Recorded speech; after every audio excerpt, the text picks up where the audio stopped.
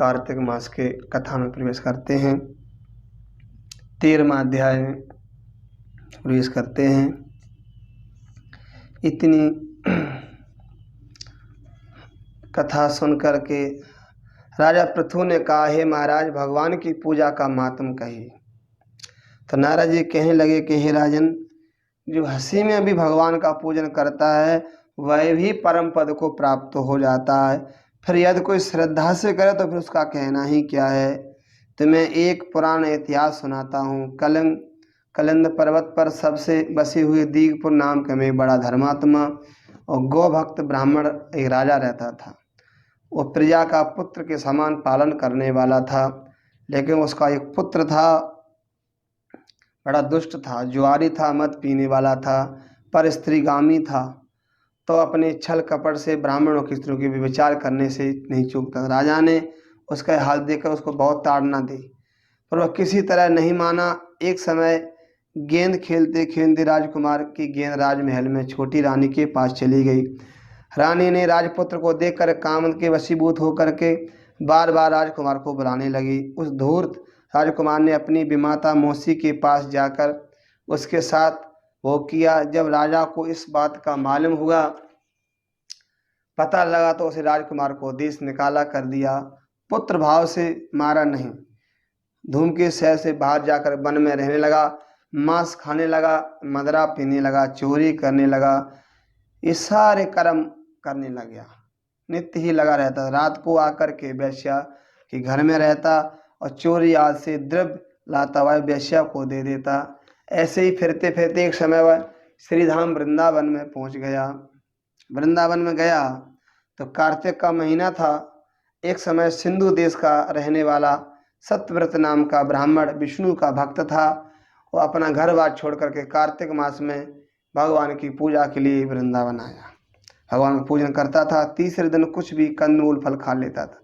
भगवान से बड़ा प्रेम मंगन हो स्तुति करता था। भगवान, इस दुखी रूपी समुद्र से डूबते हुए मुझे रक्षा कीजिए।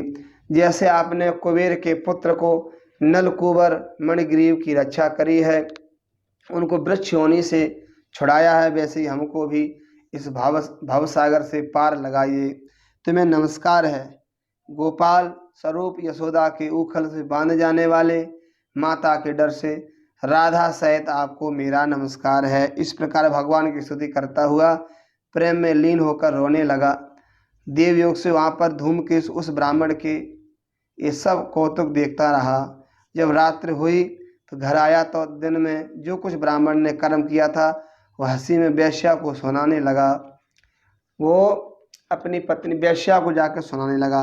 मिट्टी की मूर्ति बनाई, उसी तरह पूजन करने लगा और हंसी से उसी तरह स्तुति करके रात्रि के वेश्या के घर में ही सो गया। देवयोग से उसी समय राजा के दूत वहाँ पर आए और उसके हाथ में धूमकेतु को मारा गया। यमराज दूत उसको महापापी समझकर ताड़ना करते हुए यमराज के पास ले गए। यमराज उसको देखते ही आसन से खड़े हो गए और उसको अर्घ आदि दिया। फिर उसने दूतों को धमकाते हुए बोला कि तुमको धिक्कार है, हमने तुमको कई बार मना किया कि विष्णु के भक्तों को किसी प्रकार से कष्ट मत देना। उनको दंड देने का तुमको अधिकार नहीं है। विष्णु भक्तों को दंड देने का अधिकार तुमको नहीं है। फिर यहाँ इसको क्यों ले आए? तुमने श्रीधाम वृंदावन में आकर के कार्तिक का व्रत चाहे हास्य में किया हो, परंतु अब तुम वैकुंठ में रहने के लायक हो गए हो। तब धूमकेतु कहने लगा कि एक यम बड़े आश्चर्य की बात है, मैंने सारी आयु बड़े बड़े पाप किए हैं, तब मुझको वैकुंठ किस पुण्य के प्रभाव से प्राप्त हुआ है? इस पर यमराज कहने लगे कि हे धूमकेतु, मैं भगवान को नमस्कार करके वेद की आज्ञा अनुसार कहता हूँ, सुनो। भगवान की भक्ति 9 प्रकार की होती है।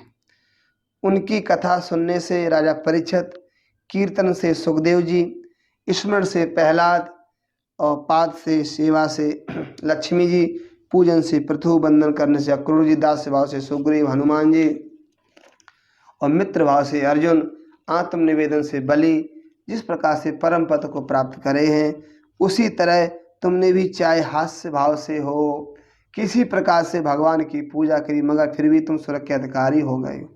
तुम पहले नरक के योग्य थे, अब तुम वैकुंठ के लायक हो गए हो। कार्तिक में मथुरा वृंदावन में की गई भगवान की पूजा से अधिक और कुछ नहीं है।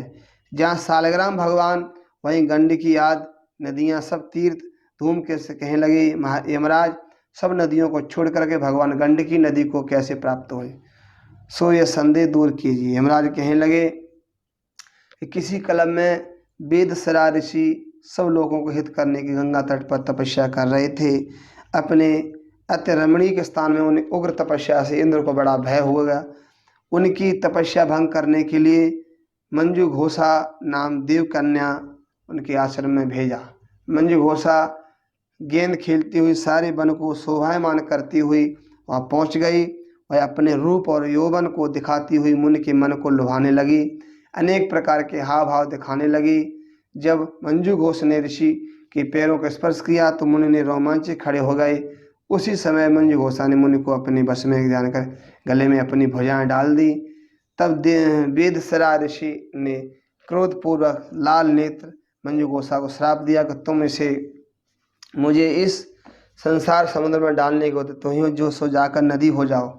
मंजू घोषा कहने लगी कि हे मनु, मैं अपराधहीन हूँ, श्राप योग नहीं हूँ, आप मुझको क्षमा करें। तो मुनि ने कहा कि जिस समय भगवान विष्णु वृंदा के श्राप से शिला रूप होकर गंडकी नदी तुम में ही स्थित होंगे, तब तुम भगवान विष्णु को धारण करने वाली होगी, सो तुम्हारा श्राप वरदान में भी सर्वश्रेष्ठ है। यमराज कहने लगे हे राजकुमार, अब तुम विष्णु लोक को जाओ। तब धूमकेश सुंदर विमान में बैठ करके भगवान के वैकुंठ को चला गया है। तो इसलिए भगवान की पूजा धोखे में भी की जाए वो भी अनंत गुना फल देने वाली हो जाती है। वो भी वृंदावन में बैठ करके, वो भी कार्तिक के महीने में कोई वृंदावन का दर्शन कर लेता है, उसके सारे पाप नष्ट हो जाते हैं, उसे भगवान अपना सारूप प्रदान करते हैं। बोल भक्त वत्सल भगवान की जय।